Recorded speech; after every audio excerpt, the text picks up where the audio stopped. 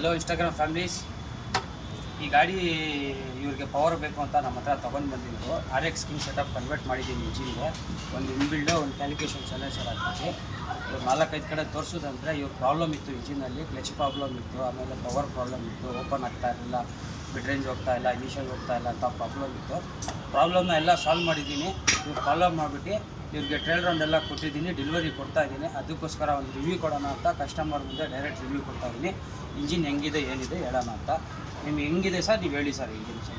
ನಾನು 4-5 ಕಡೆ ಎತ್ಕೊಂಡು ಹೋಗಿದ್ದೆ ಬೈಕ್, ಅಲ್ಲಿ ನನಗೆ ಅಡ್ಜಸ್ಟ್ ಆಗಿಲ್ಲ. ನನಗೆ ಹೆಂಗೆ ಬೇಕೋ ಹಂಗೆ ಟೇಸ್ಟ್ ಮಾಡಿಕೊಟ್ಟಿಲ್ಲ ಅವರು. ನಿಮ್ಮ ಹತ್ರ ಎತ್ಕೊಂಡ್ಬಂದೆ, ಇವಾಗ ಓಡಿಸಿ ನೋಡಿದೆ. ಗಾಡಿ ತುಂಬ ಚೆನ್ನಾಗಿ ಮಾಡಿದ್ದೀರಾ.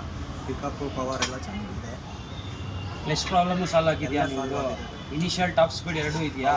ಟಾಪ್ ಸ್ಪೀಡ್ ಫಸ್ಟ್ ಹೋಗ್ತಾ ಇರಲಿಲ್ಲ, ಇವಾಗ ಹೋಗ್ತಾ ಇದೆಯಾ? ಸೌಂಡ್ ಗಿಂಡ್ ಎಲ್ಲ ಚೆನ್ನಾಗಿದೆಯಾ? ಆಮೇಲೆ ನಿಮಗೆ ಪರ್ಫೆಕ್ಟ್ ಸರ್ಟಿಫೈಡ್ ಆಗಿದೆಯಾ? ಕಸ್ಟಮರ್ಗೆ ಸರ್ಟಿಫೈಡ್ ಆಗಿದೆ. Thank you.